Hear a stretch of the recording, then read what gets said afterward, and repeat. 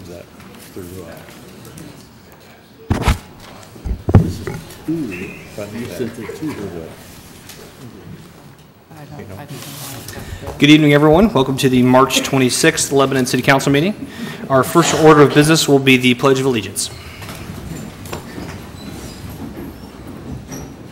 I pledge allegiance to the flag of the United States of America and to the republic for which it stands, one nation, under God, indivisible, with liberty and justice for all. All right. With that, we'll move on to the roll call of members. The clerk will call the roll. Councilman Kincaid. Present. Councilman Campbell. Here. Councilman Coots. Here. Councilman Robertson. Here. Councilman Copeland. Here. Councilman Fleming. Present. Thank you. Thank you, Madam Clerk. Okay, with that, we'll move on to the approval of the minutes from our March 19th meeting. Do we have any other ones? Just March 19th? It's just March 12th. Oh, excuse me. I'm sorry. That was March at 12th. the Board of Works. Thank you. March Yep. 12th. Excuse me. Any comments, concerns, or motion to approve the minutes? We've motioned to approve. Is there a second? Second.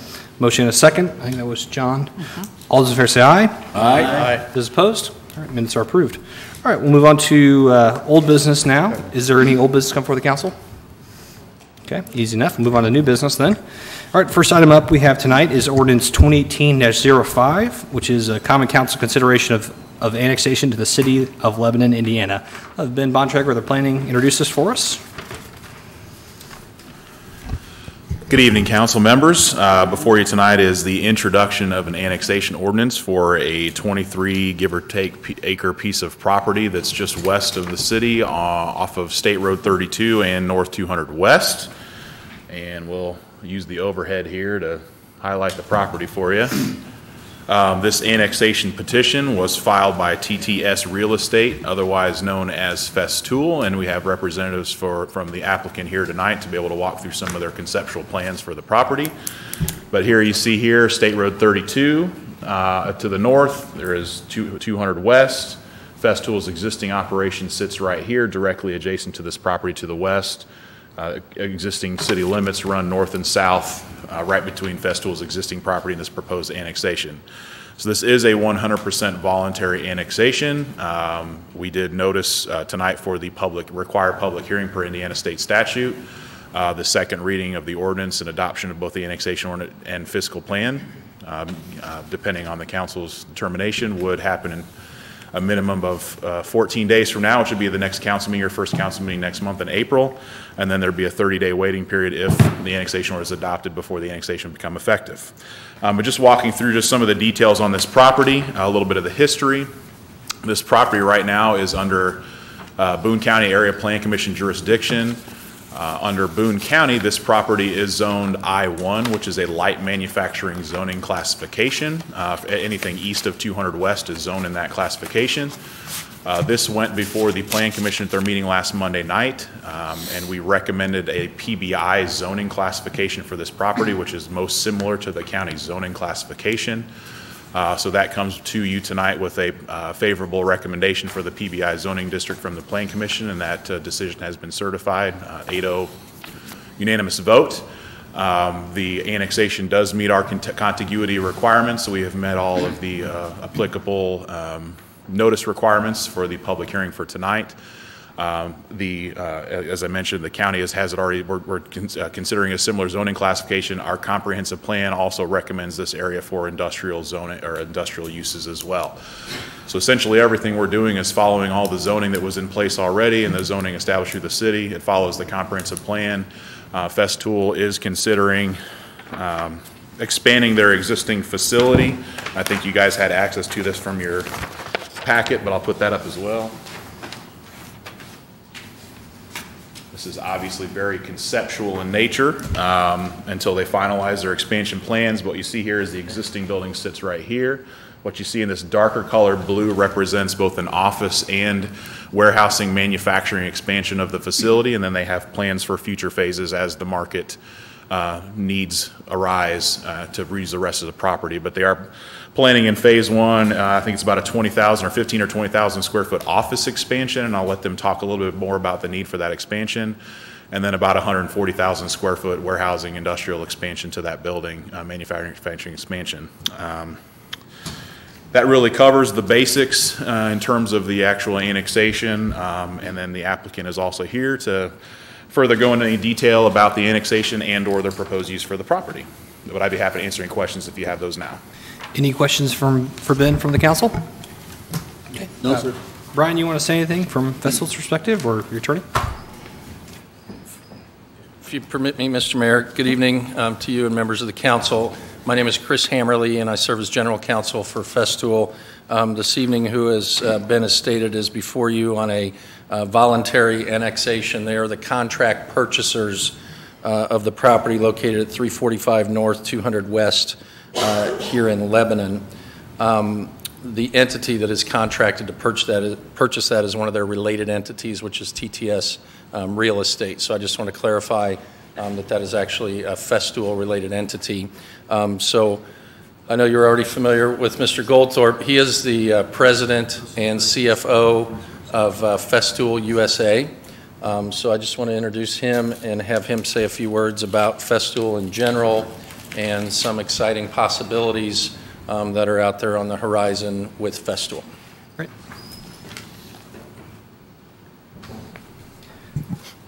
Council members, thank you for your time.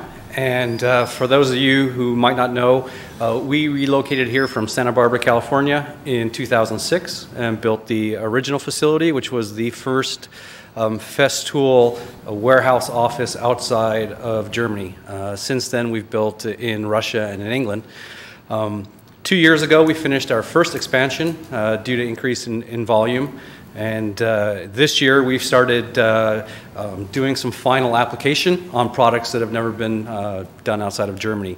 This is the guide rail, so we currently have started doing that. We get the extruded aluminum from Wisconsin, and we end up putting on the Teflon and also the strips on the bottom, so we finish the product in-house. We have also now just finished our MFT table assembly line, which is putting together our MFT tables. The reason that we are interested in annexing the property behind is as our corporate plans grow, we've also incorporated and purchased a company called SawStop out of Portland, Oregon. They design a table saw that has high-end technology to stop a saw blade if a finger touches it. We also have a company called Tanos, which creates all of our sustainers, which are the plastic boxes. We've just brought them in, and right now we are currently in North Carolina. So the plan is ultimately we hope to have a TTS North America that encompasses all of these entities under one roof, the hope being that it's in Lebanon, Indiana. We've been involved in the community, and from my own personal viewpoint, I'm quite pleased. I think the community is a great place to work. It's a great place to hire people, and I think we've had a really good relationship with not only the city and the county, but also our employees. So thank you for your time. Thank you, sir. Thank you. Any questions for Brian before he sneaks away, or?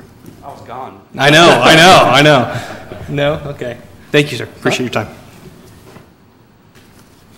You got away quickly anyway. So I'm going to bore you just briefly with some of the legality of it. It's certainly not as exciting as talking about what they do and their history here in Boone County. But we did petition for the voluntary annexation, which requires 100% of the owner's consent of the property. We've attached that as Exhibit B to the property. There's two individuals that currently own that property. They have both consented to it. That's a requirement of the statute. In addition, that more than 1/8 of the aggregate external boundaries of the real estate that we're discussing here tonight have to be contiguous to the city line. And I will show you, if I could use the overhead here, this little L-shaped marking here is the property. The white line to the right of that is the Lebanon city limits, so you can see, and it's also in our Exhibit C, that it's been certified by the civil engineers that it is contiguous to the city line. It's also, if you look at the purple area, that's the future land use map for Boone County. All of that has a initial zoning of industrial use. I want to show you just briefly as well this artfully designed little asterisk here is also where the property sits. Again, that dotted line is the city limit. To the right of that is Enterprise Boulevard. So currently Festool sits in between the dotted line and Enterprise Boulevard. Again, you can see the gray area is the PBI designation, and all that property there currently sits within the business park. So what we're seeking is to be annexed into Lebanon, and that we also have as part two, why we're here tonight, is to get a designation of the planned business industrial zoning. As far as, I'm not sure how much you want to hear about the requirements, but we do believe some of the elevations in our concept plan have been provided. They were provided to the Plan Commission. All the building that may occur is 100% consistent with what you already see out at that site.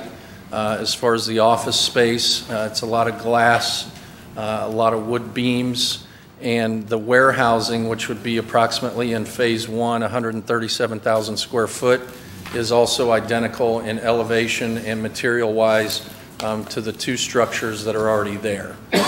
So as far as an orientation from Enterprise Boulevard, if you're coming from the south, the office space would wrap around to the south of the building.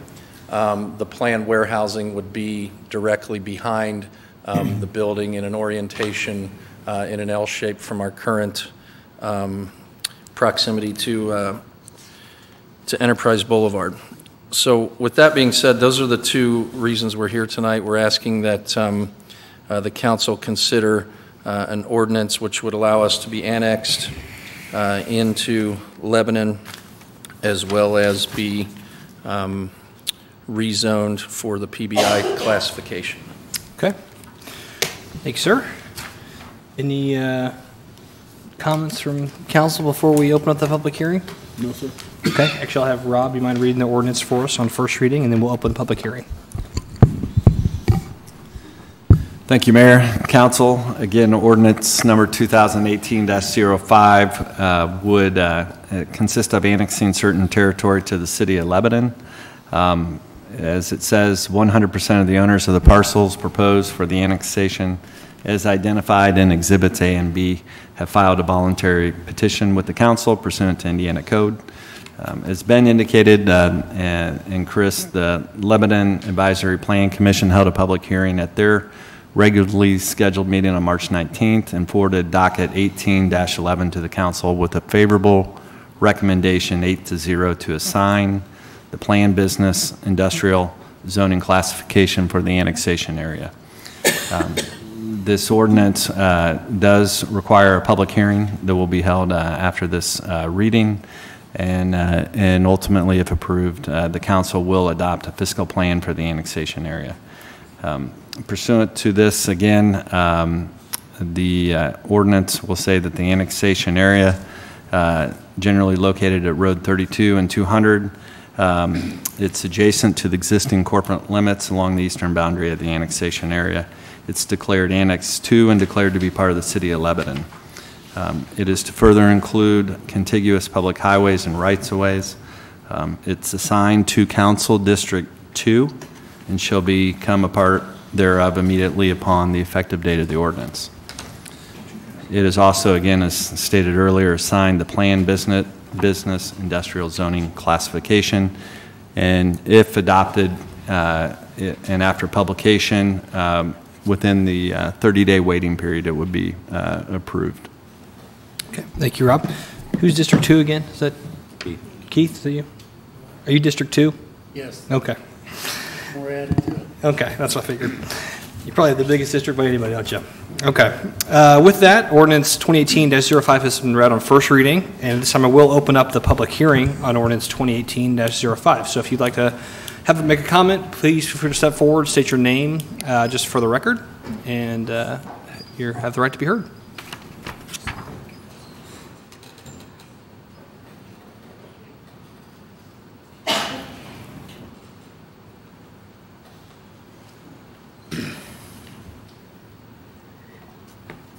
My name is Shirley Newman. My husband Mel and I live at 195 North 200 West.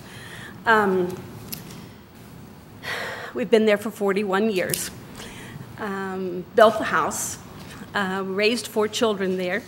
Some of you on the council probably, I won't show them that. Some of you on the council know some of those Newman boys, and maybe our daughter. But first let me tell you that we learned of the They could get proposed... it under there, I think. We learned of the proposed annexation last Thursday after the commissioners' meeting that you had. There you go. And it was purely by accident. My brother-in-law said, I saw your house on TV Monday night, and I had no clue what he was talking about. He was referring to having seen the Planning Commission meeting. So we investigated the situation with our neighbors, and absolutely no one knew anything about this going on at all. So it's quite a shock. With so much undeveloped land still within the business park, we're wondering why it's necessary to extend the development of Festool onto farmland and into an area impacting so many families and our lives. Obviously, this expansion will cause depreciation of property value of 8 homes that border this 23 acres. 6 families on that north boundary. 1 young family that's on the west side that's just been there since spring. And our family, which we totally border the south portion of that property. The second phase would appear to be right beside our house. Within, I'm presuming, whatever the setback has to be, but it's very disconcerting. We wonder what the impact of these buildings and the asphalt that will have to be there for parking, what that will have on our wells. We are country. Also, asking if Festool will be using County Road 200 West for truck entry and employee entry onto the property. Probably not right now, but on that second phase. I just ask you if you would want this warehouse space and office space next to your home in your side yard. And that would be true backyard for those 6 families on 32, and definitely true for the young family on the west side, and very much so for us on the south side. I know it's legal, and Festool probably would be, if it had to be, a good neighbor to us. As good as industry and office buildings can be to country dwellers. I thank you for your time and your consideration. Thank you, ma'am. Is there any other public comment?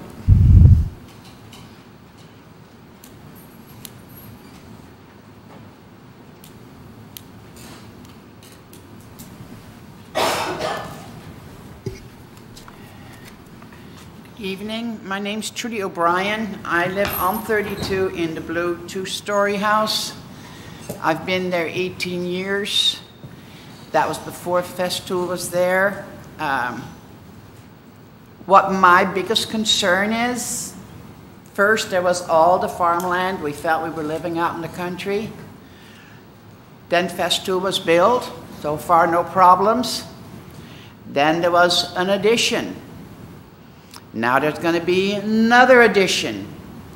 What's going to happen? I got a feeling that big corporate is going to come in there, and before long, we're going to be forced to sell our homes because they're going to want all of it with access to 32.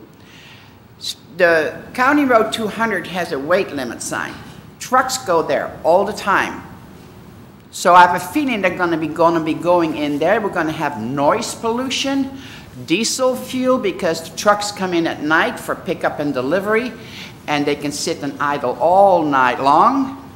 And I'm afraid that slowly but surely we're going to be pushed out. Thank you for your comment. Any other public comment? Okay. At this time, without further public comment, I will close the public hearing on ordinance 2018-05. Okay. That concludes. Is there any further comments from council before we move on? Ben, can you speak to that, to those concerns for us, please? Sure. I just want to reemphasize one thing. Festool does not need this annexation in order to construct an industrial building on that property. It is currently zoned I-1 light manufacturing in the county. It is a permitted use through the county. So what they are proposing is something that's permitted now without the city of Lebanon doing anything. In fact, all of their properties are zoned I-1 light industrial as well.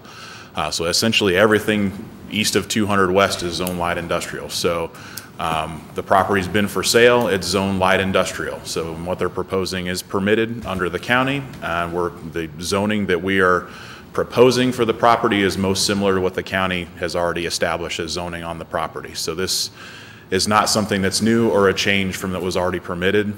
This is something that could have been done at least for the last 10 years. I haven't checked with the county, but I do know their existing zoning map was created in 2007 that showed this area as I-1 light manufacturing. So for at least 10 plus years, it's been zoned for industrial uses.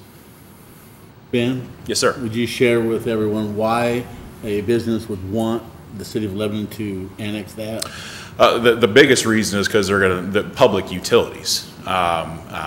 And in fact, we wouldn't want to extend public utilities to them without it being annexed. It's kind of one and the same. So that's the main reason. The other reason is they're likely going to combine this property with their existing property. So for sake of ease of discussion as one property, incorporating this one would make a lot of sense. The other question that came up is Festool does own property to the east on the other side of Enterprise Drive. My understanding is they still intend to develop that property as well. So they would extend to the west here, and then they also have some plans theoretically in the future to the east as well. In terms of the question about there being a lot of land left in the business park, there actually is not a lot of land left in the business park. There's only 2 sites that I'm aware of further to the south. Otherwise, the business park is built out. So in terms of places where Festool could go, they're becoming more limited to where they could go within the business park right now. Ben, do you have any research that would say anything about the value of the houses, the property value changes that occur in situations like this? I don't have any specific research, but I know there is research out there that determines the impact on a residential home. Again, I go back to the fact that their property right now is zoned light industrial. They're in fact a non-conforming use in this area and have been for at least 10 years, and what the applicant is proposing is a permitted use. Thank you. Okay. Any further questions for Ben from the council? Okay. Oh, I'm sorry. Yeah, please. Thank you. I just wanted to add for the benefit of the residents that, as one of you indicated, they do consider themselves to be very good neighbors. They are very environmentally conscious. Mr. Goldthorpe can tell you a story about somewhat of a rare bird that got trapped in its warehouse years ago, and Germany actually shut down production in order to bring in an ornithologist to come in, capture it, and take it to a safe place. So that's the kind of extent that they will go to.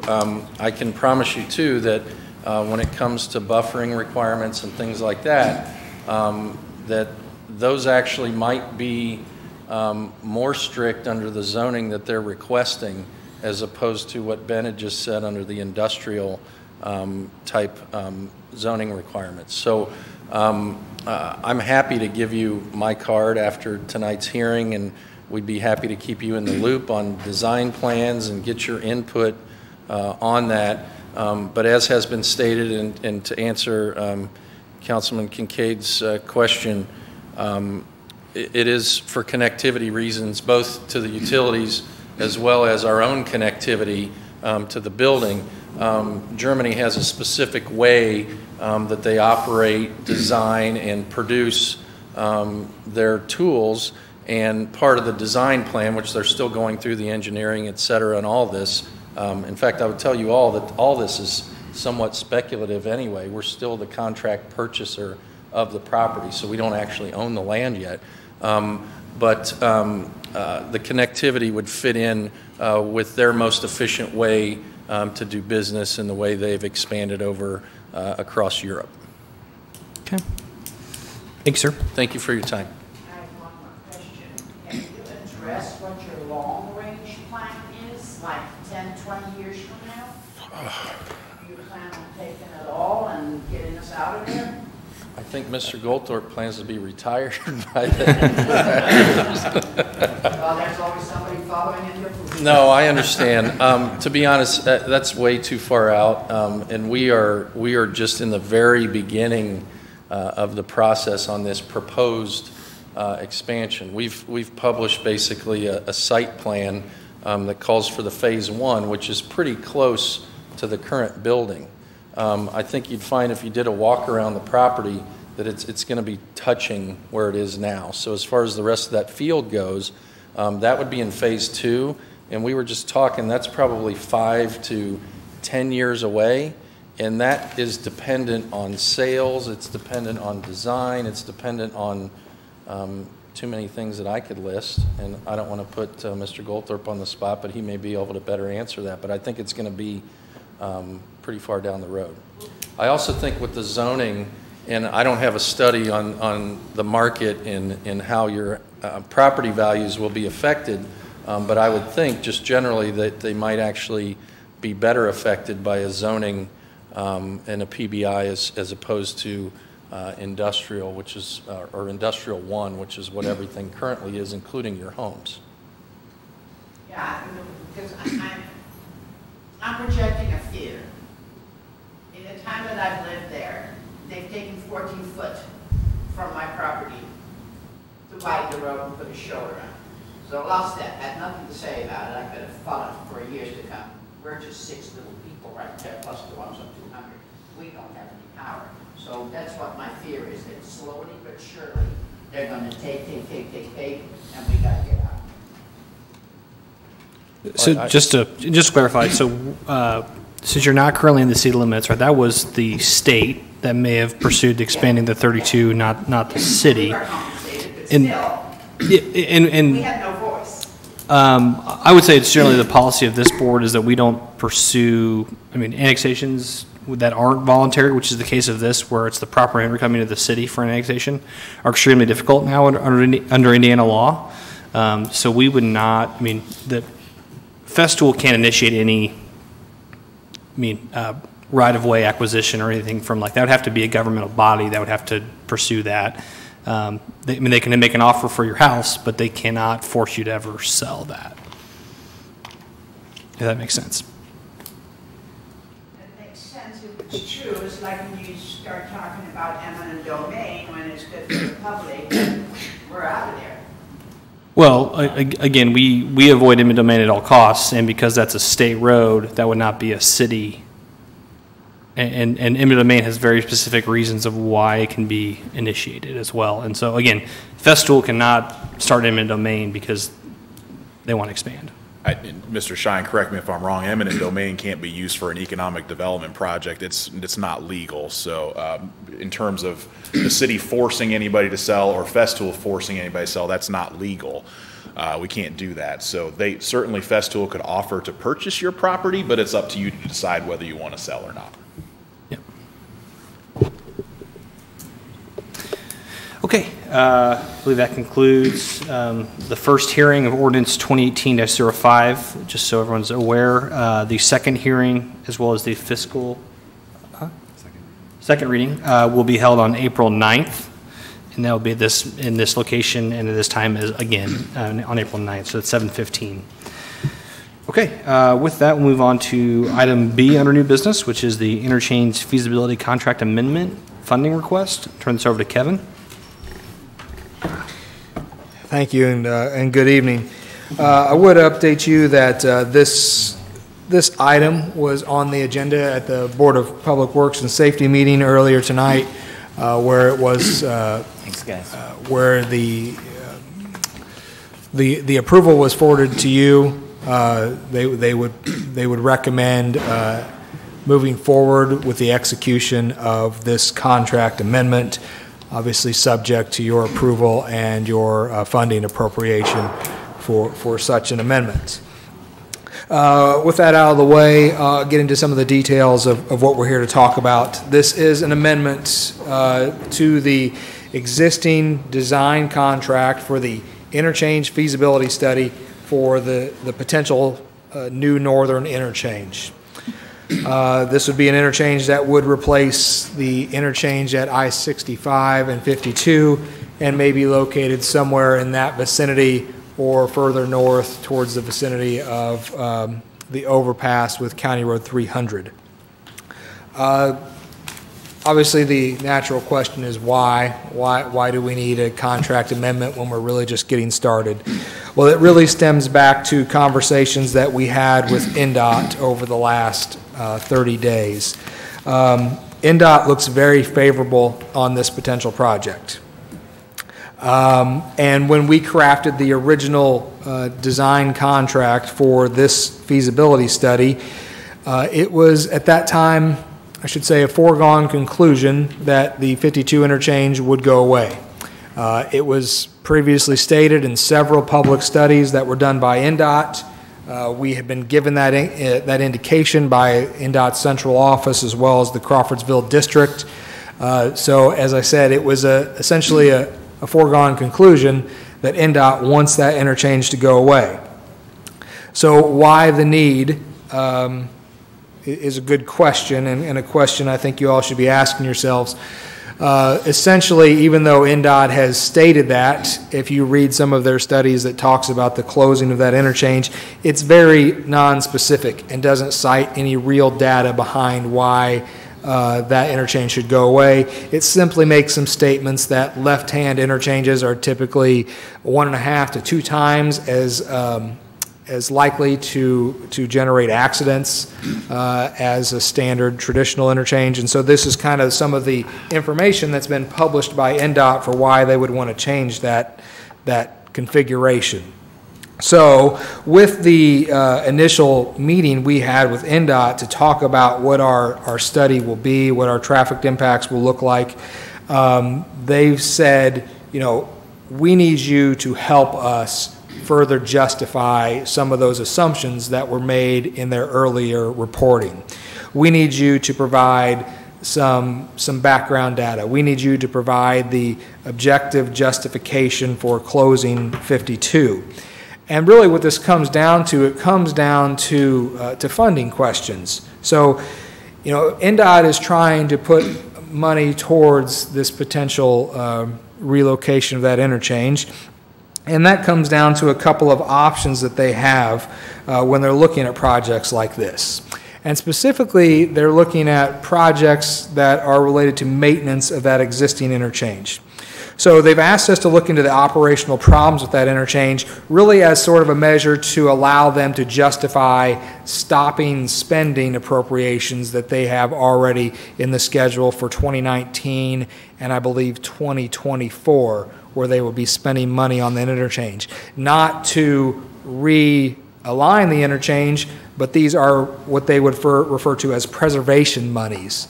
So these are monies for new pavement overlays on the ramps. 2019, it's scheduled for pavement overlays of approximately $2 million.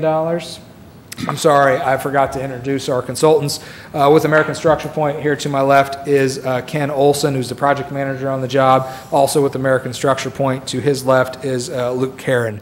They would be here to answer any technical questions that you might have as well. So again, back to this idea of funding. So they've got $2 million set aside for resurfacing the ramps leading to and leading away from the overpass. That's scheduled to be spent in 2019. 5 years after that, they have a plan in place that would put a new bridge deck on that overpass. That one is a ways out, but they're estimating another $3 to $4 million for the new bridge deck. So there's about $5 to $6 million in monies that NDOT is looking to spend in that area. And so what they're saying is that if we can actually show concrete evidence of operational problems with that interchange, then there's a real possibility that those preservation dollars could be moved into what they would call their mobility funding program. Mobility funding programs is what NDOT or Federal Highway uses to fund new roads, to improve mobility throughout the nation's transportation system. So that's what they're asking. They're asking for, our help in demonstrating real operational problems with the existing interchange so that they can look at reallocations of monies, they can look at fast-tracking future monies for projects such as this. So with that analysis, there's a few things, and if you've looked at the copy, the draft of the agreement that Structure Point has provided for the amendment, there's the first thing on there is what we would call I-65 and US 52 weaving analysis. That is analyzing the traffic maneuvers when you're coming off of 52 South, weaving across the 2 lanes of southbound I-65 traffic to get to the left interchange. So it's looking at that. It's looking at expansion of 65 that is also proposed. As most people know, there is a goal in the state of Indiana to expand the Interstate 65 from 2 lanes to 3 lanes in each direction. They've already done that south of Lebanon. That expansion really stops at the northwest corner of the bridge near Menards. Eventually, they would like to take that 3-lane expansion all the way to Lafayette and eventually on up to Lowell, where it currently has 3 lanes going into the Chicago area. So they're looking at that. So analyzing the weaving analysis, the weaving maneuvers that happen today, in addition to the weaving maneuvers that happen when it's not 2 lanes you're crossing, but 3 lanes. They want to understand the impacts associated with that. The second one would be intersection analysis. Again, we are doing intersection analysis associated with the 300 area and the area surrounding the existing overpass. But one of the things that NDOT has also proposed is that, again, they could fast track monies, they could fast track a project if we look at State Road 39. Really outside of what we thought was needed for this study, but they want us to look at 39 and how they could possibly route 39 traffic to the interstate at this new interchange location. And eventually, if we would be so inclined, if we would propose relinquishing 39 or taking over a relinquishment from the state through town, that would again fast track monies, fast track a process to look at this new interchange. So with that, they want to understand the intersection of 39 and 250 North or Anderson Lane and what that looks like, what impacts we see there. They also want to look at 250 West, going west towards the interstate and analyzing the intersection with Witt Road. So they want to understand that because that is also a location that they want to look at, is what is the possibility that instead of just closing down the interchange at 52, what if they realign and reconfigure the interchange at 52 to a more traditional geometric layout? So what we'll be talking about is studying the option whereby 39 would turn at 250 North and run straight out to the interstate. So it would go through the intersection with Witt Road and go out to the interstate. Some difficulties with that potential alignment with the floodplain and the creek, But again, all of our potential alignments have difficulties. But this is one that NDOT would like us to look at, but not one that we thought was really a possibility when we started this project. The third item in the proposal is for updating the Lebanon area traffic demand model for all of these proposed impacts that I've just described. And then the fourth item, and again, this is something that, to be honest, should have been in there, and I just overlooked it. This is we've had a lot of conversations about a public information meeting, and we indeed want to have that for the interest of transparency, the interest of getting as much public feedback into the process as possible. And although we talked a lot about that in meetings, I overlooked putting that into the original contract with Structure Point. So that's my fault there. But there's $3,500 needed for that additional public information meeting. So the cost breakdown like that, I've told you about the $3,500 for the public information meeting. The crash and weaving analysis is approximately it's $9,200. The intersection analysis, looking at 39 and 250 North and the 250 North alignment for potential 39 alignment, is $4,200. And then the update to the overall area's traffic demand model is $5,600. That gets us to a proposed amendment to the contract of $22,500, and that's in addition to the original contract value of $86,900, bringing the total to $109,400. With that, happy to answer any more questions you have, but I think that provides a pretty good overview of what we're asking you to consider tonight. Kevin, would you drill down a little bit on the 39 reroute? Yeah. I'm not quite following that. Yeah, you know, the state would, again, there's not... Are you saying relinquishing 39? Exactly. What the state would propose, that it would help our case in a new interchange to the north. One, if we look at the existing interchange and prove that it's problematic. But two, they would see an option whereby if we relinquished 39, say from 250 south through town, so it no longer goes through our downtown, they would consider an option to reroute 39 straight west to the interstate, possibly along 250, possibly along 300, possibly along some third alternate location that the study will reveal. But they want to look at what would happen if we relinquish 39 through downtown and take traffic directly to 65 north of where Lebanon currently sits today. But the street would still remain. Yes. Some people could interpret that as they're going to have a street. Yeah, no, thank you. It would become a city street. Correct. State Road 39, Lebanon Street, would become a city street. It would still and forever be Lebanon Street, but it would no longer be maintained by the state of Indiana. Yes, okay. The official designation of the route of 32 would come, or 39 would come south to the interstate, along the interstate, and then into town north of, in the 250, 300, wherever they decide area. So it would no longer go in front of our courthouse. Would be something we should seriously consider from a traffic standpoint. State Road 39 is a designated truck route according to NDOT. So it's a designated commerce route. There's a lot of truck traffic on 39. This would eliminate the truck traffic through our downtown, which is really what causes the problem with our transportation system, is when we have a high volume of those trucks coming through our downtown. We don't want to distract or detract the people from driving through our downtown, but the truck traffic we could do without. Thank you. Mm-hmm. Any other questions for Kevin from the council? I do have one question. Knowing that NDOT knows that this intersection is a problem, why are we paying for it? Good question. You know, they know it's a problem. They just don't have the data or the analysis to back it up, I guess. Isn't that their problem to go find that? Well, it's a valid point.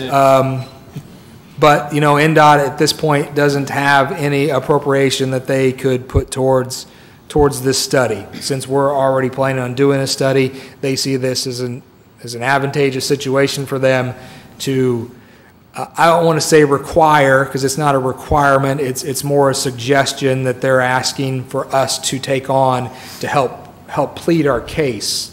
We've had very good conversations that they're willing to possibly look at fast-tracking a new northern interchange, but if we can help them by providing the data that helps them make these decisions, that the existing interchange is bad, that 39 routed to 65 would be a good thing, those would help our case in getting additional funding for that construction, and it not be so much of a burden on the city in terms of funding our proposed interchange.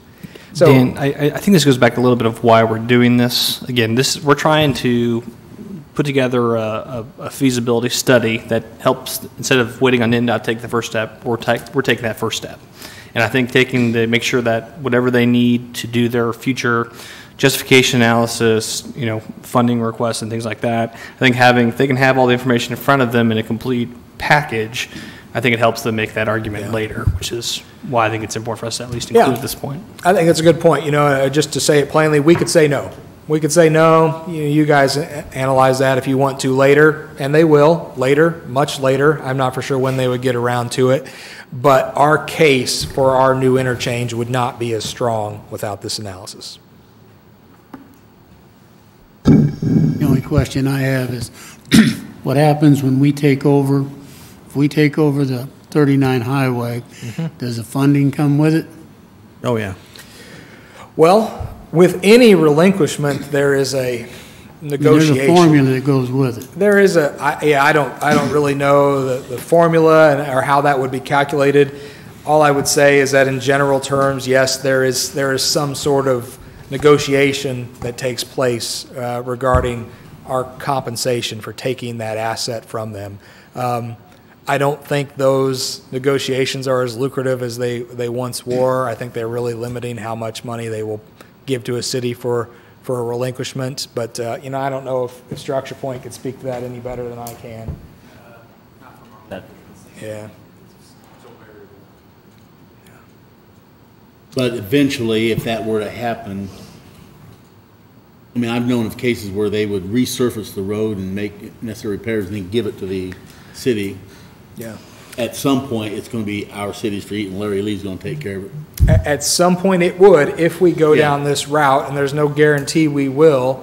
But sometimes relinquishments include resurfacing. Sometimes relinquishments include, one-time payments for those types of. Sometimes it's just the truck that allows you, that's big enough to plow the streets too.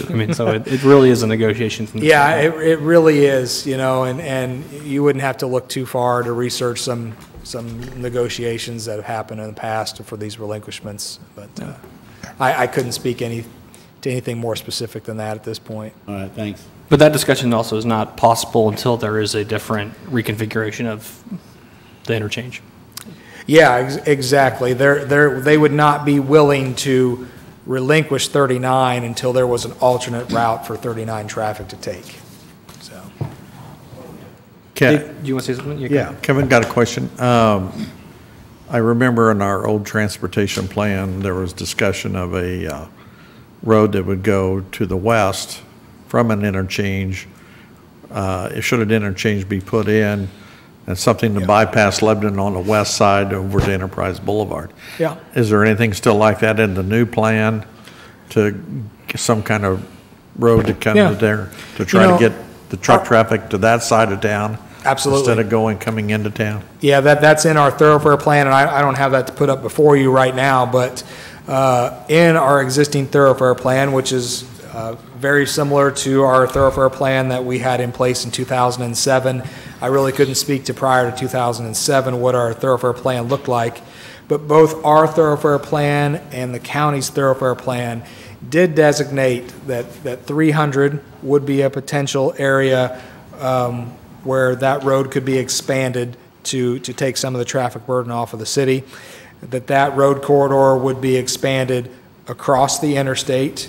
And then there is even plans showing future proposed roads that could take off sort of cross country to the southwest, and again provide you know, an alternate transportation Bypass, corridor. I wouldn't say bypass, but Truck route. We don't Call it use truck the word route. bypass. but could provide an alternate route around the city. And that would be important for truck traffic and some of the commerce traffic that goes up and down 39 and 32. 32 is a heavily traveled truck route throughout this region going over to 74. It makes a nice shortcut. I'm sure we've all driving to Western Boone or to Crawfordsville have been behind semi-trucks on 32. It's a common occurrence. Okay.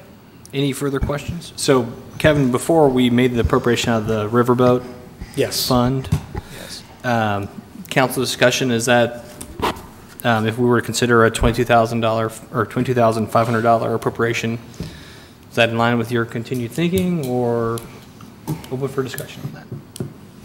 Yeah, I think we just leave it in the Riverboat Casino Fund, the $22,500, not to exceed it. Yep. Make that motion to do that. Okay, we have a motion. I'll second. Motion and second. Further discussion? One of us will second. Further discussion? Okay. All those in favor say aye. Aye. Those opposed? Okay. Appropriation has been approved. Thank you, Kevin. Thank you. Okay, is there any other new business come before the council? I know Joe, do we want to discuss the Melkinian discussion? I think we should probably have the discussion tonight. Sure. Joe, do you want to come forward? I know that, Joe? you probably don't have a presentation, but you can introduce it at least. Certainly, I've prepared some thoughts and some information to help with kind of give a background. We were recently reached out to by Brian Hassler, who is the co-founder of the Indiana Racing Memorial Association. Currently, there are 30 different historic markers throughout our state that help, whether they be Indiana residents or visitors, to let them know that and remind them that Indiana is the racing capital of the world. And Mr. Hassler was hoping and is hoping to add a 31st to our state, and that being to honor both Don and Mel Kenyon.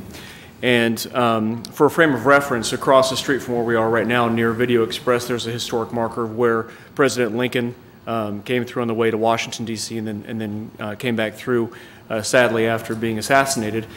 But that sign is similar in size, but smaller than the one that would honor both Don and Mel Kenyon, and it would have a picture of the two brothers. And just for a quick frame of reference, Don Kenyon, known as a masterful mechanic, kept Mel Kenyon's car not only competitive but also elite. He's a true innovator.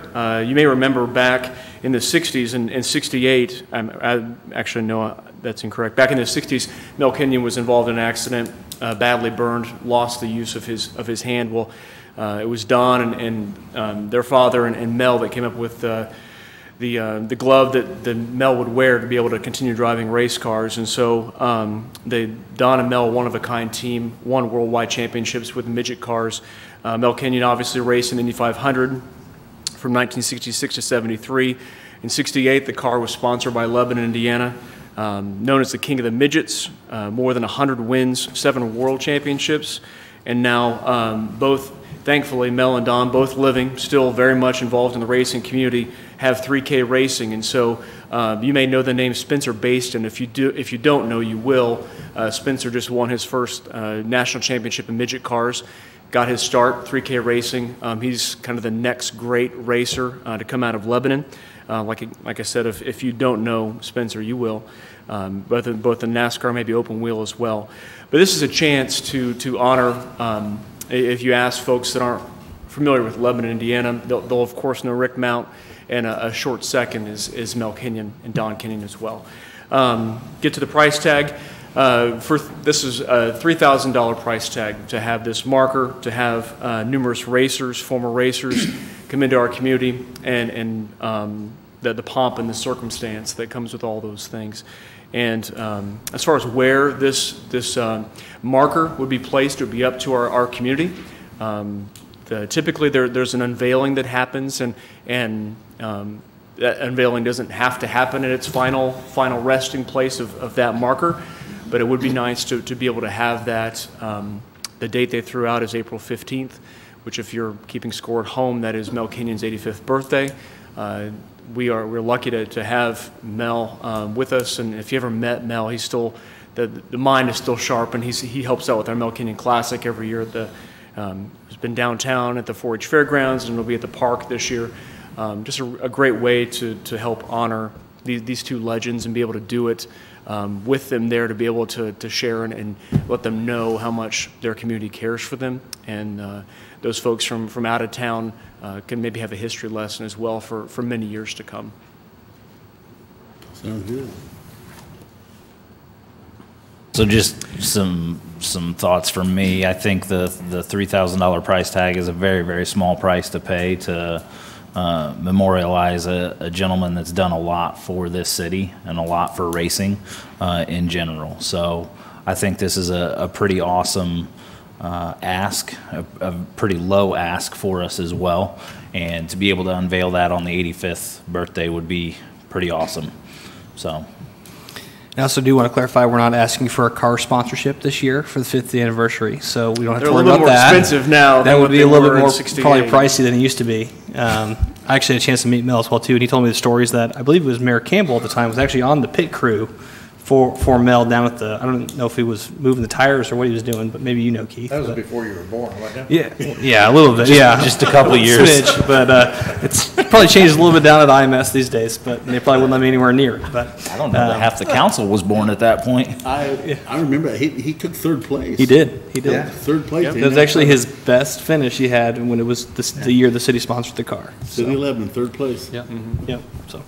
Now, my question is, where would you put this? Where would you put this? Do you have any idea where you might put this?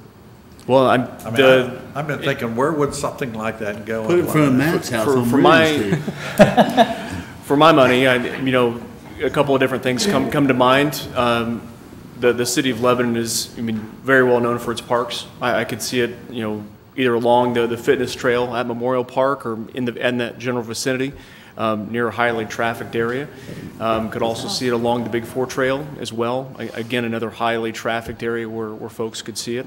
The city currently owns the former Estes property that has a historic marker on the west side of the street already. You can get at it there as an entryway into the downtown. There are a lot of options, and for my money, and again, at an unveiling, this is mobile, so we wouldn't have to have the unveiling happen at its final destination. This would be something that could be thought about. The community could weigh in. It could be kind of a fun process to see where this marker would be, for lack of a better term, planted, and then being able to move it there.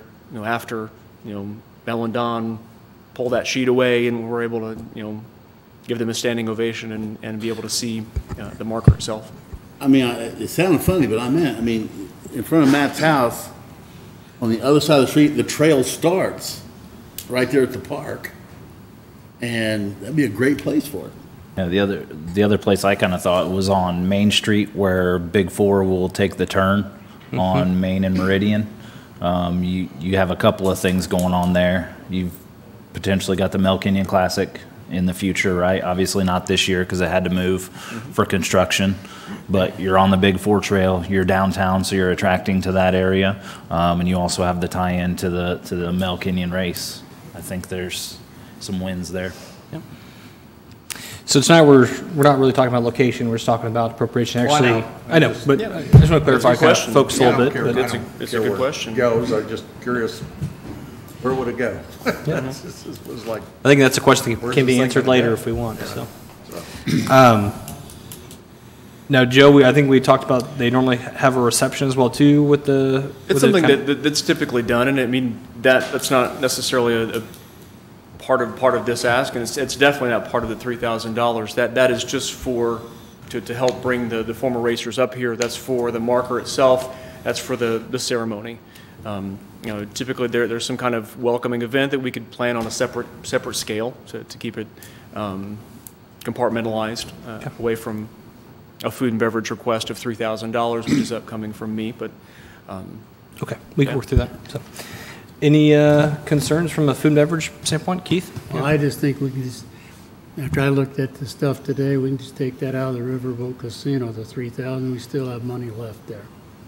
Would we not, clerk? We'd still have. We can. Yes, that's what I'm saying. Will the council, or do you guys want? So I'd make a motion that we approve the $3,000 to come out of the Riverboat Casino Fund. Should we do like a not to exceed 5 if we're gonna do No, a not to reception or exceed something? 3,000, Okay. period. I think we can probably work with, where it's like a ticketed event, something like that, to do the reception. We can do that. Okay. So, Perfect. okay. I'll second that then. We have a motion and a second. All those in favor say aye. Aye. Those opposed? Okay. The Melkinian marker is approved. Hope Mel wasn't watching Thanks, at home. Joe. It's supposed to be a surprise, so. Oh, he's been made well aware of it. Has he? Okay. He's All right. pretty excited Okay. about its potential before this evening. Okay, very good. All right, thank you, Joe. Appreciate that. Thanks, Joe. Okay, any other new business before the council? No, sir. Okay, and I would entertain a motion, or concerning the claims. Make a motion to pay the claims? We have a motion to pay the claims. Is there a second? Second. Motion and a second. All those in favor say aye. Aye. Those opposed? Okay, and any other announcements, discussions? Just one announcement that April 19th is the 64th Annual Kiwanis Pancake Supper. So you want to be sure you get your tickets And you for got that some? for that fundraiser that we use all the money to spend on the children in Lebanon. Yes, I do have tickets. Call Mike if you were hungry for some pancakes. All right. All right, with that, would entertain a motion to adjourn? We have a motion to adjourn in a second. All those in favor say aye. Aye. Those opposed? All right, our next council meeting will be April 9th at 7:15. Thanks for watching.